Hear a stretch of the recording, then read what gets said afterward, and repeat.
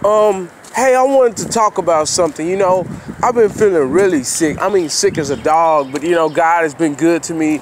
I drunk some tea. I'm gonna eat some lemons or some live, something acidic to get rid of whatever I got. I think it was one of those little kids, man, got me sick as a motherfucker. But anyways, basically, what I wanted to tell y'all is this, okay?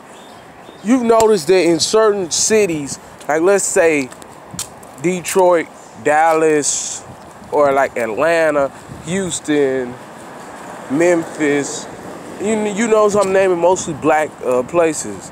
DMV area, like Virginia and like Washington DC and stuff, places with a high percentage of black population. Have you noticed that it's a lot of black men jumping ship?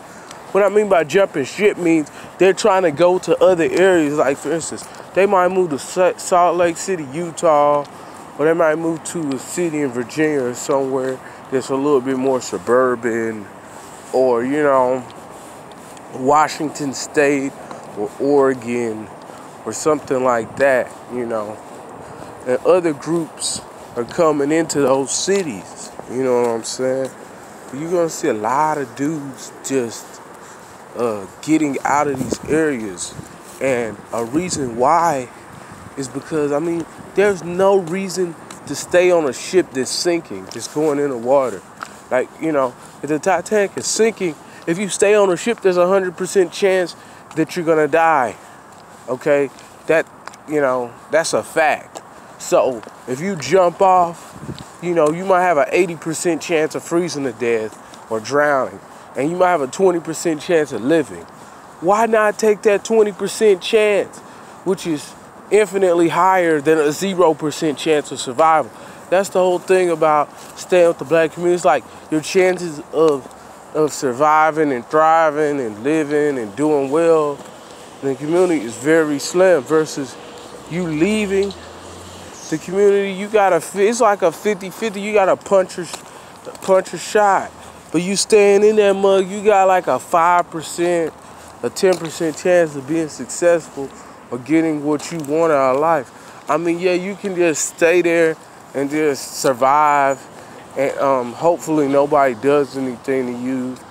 You know what I'm saying? You don't get anybody pregnant. You don't have to fight anybody. You know what I'm saying? But you won't be able to say anything. You're just gonna say, my whole life I was trying to figure out, how to lock my doors so nobody could rob me. Or I was basically worried about fighting niggas and, trying not to get anybody pregnant. That's not what I want to say I spent my life doing.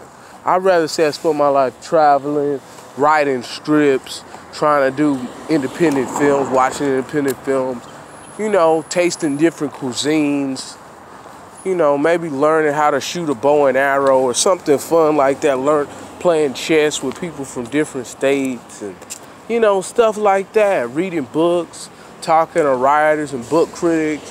Those are the types of things I like doing. Some guys might be extroverted and like to swim, like to play tennis. These are things that I might get into a little bit, but I'm not really I don't really like to, you know what I'm saying? Like for me, I'm physically lifting weights and doing some cardio. That's the only physical things I like doing, playing basketball and lifting weights. Stuff like that, and doing cardio and stuff like that, walking. But I don't just enjoy, just all types of things. Like I don't like to be doing tennis and all that other stuff that much. It's fun sometimes. But yeah, everybody has their own different interests. But a lot of black dudes are jumping ship because it's like the Titanic. It's sinking, okay? If you stay on that ship, you going down to the bottom of the Sea of Greenland or whatever. You know what I'm saying? There were people who could have lived on the Titanic, but they said, you know what, fuck it. I don't want to do that. I'm scared of water, or I don't want to go in the water. And it's like,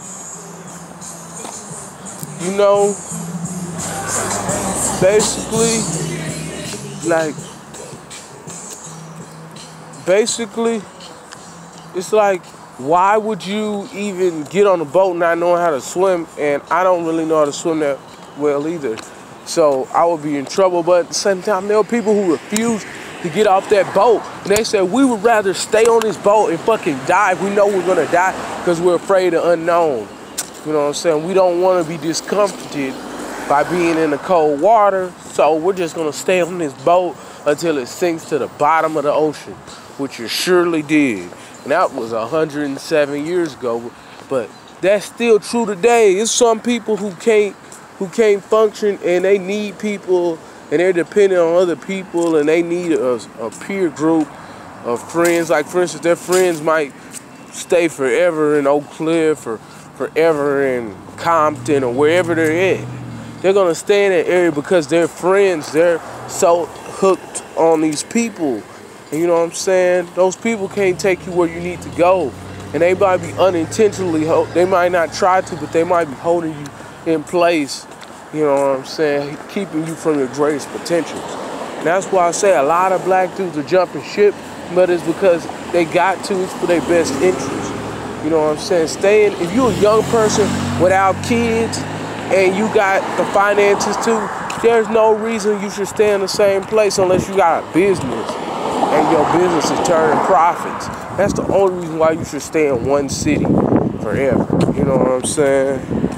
Otherwise, if not, you need to travel, you know, because let's just say if you try and do a business and then you go to another city and the people actually like your business and, you know, you actually turn profits. You know what I'm saying? That's why people gotta understand whatever city you're born in doesn't necessarily be the best city for you.